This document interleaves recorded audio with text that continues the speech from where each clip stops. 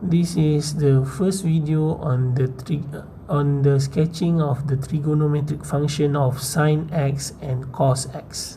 So now let us start with how to draw the y equals to sine x for the domain of 0 up until 2 pi.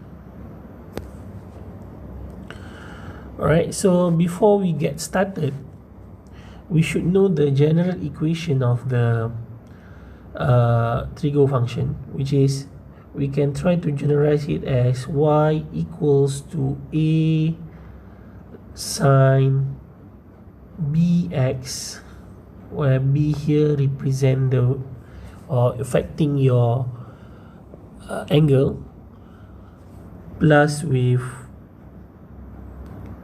c.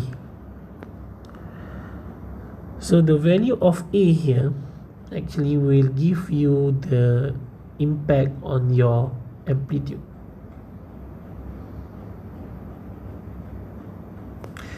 And the value of b here are going to affect the value of your period of one cycle.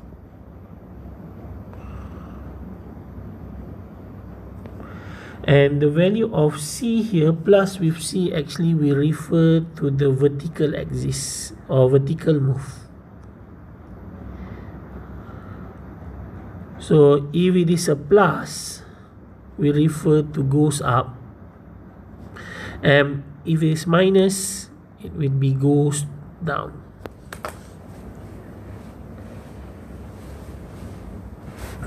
Now let us have a look into our main question, y equals to sine x. So let us try to start with the x and y axis.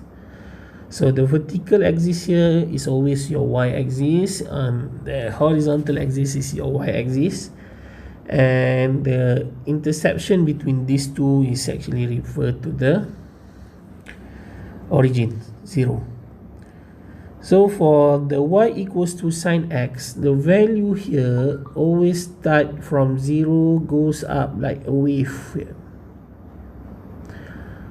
So from here, from this part to this part, we call it as one full cycle. So let's try to examine again y equals to sine x.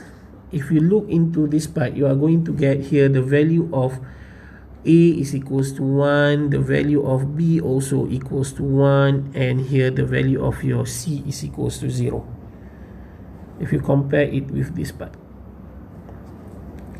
So a 1, so which is your amplitude is 1. So amplitude is 1. What does it mean by amplitude 1? So the value here is always positive 1, and the lowest value is actually equals to negative 1. So if this value change to, let's say, 3, so the value on your highest part always also 3, and here will be 3. So please look carefully into that part.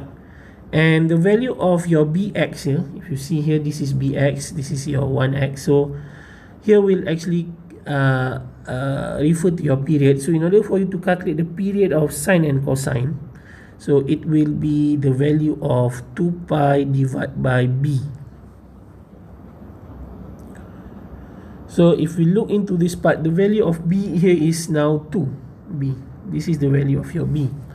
So you are going to get your period will be 2 pi divided by 1, so it's still 2 pi. That's why from here, from 0 into this part, we are going to say that the distance from the beginning until one full cycle is 2 pi.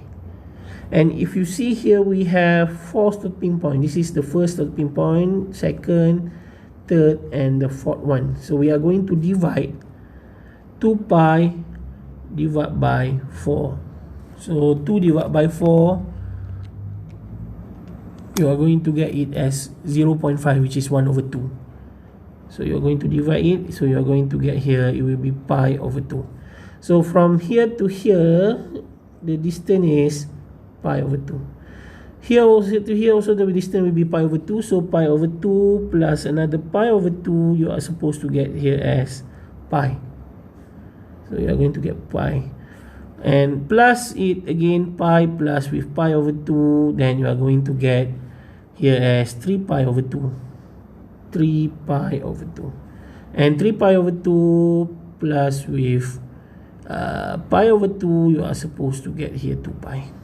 Okay, how you calculate it? You just need to ignore the value of pi, which is 3 over 2 plus with 1 plus with 2.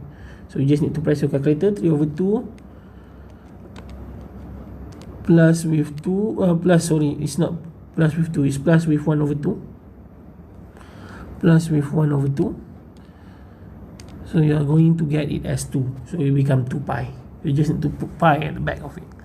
So then we are finished with one full cycle of sine y equals to sine x. Okay, in the next video we are going to see another example of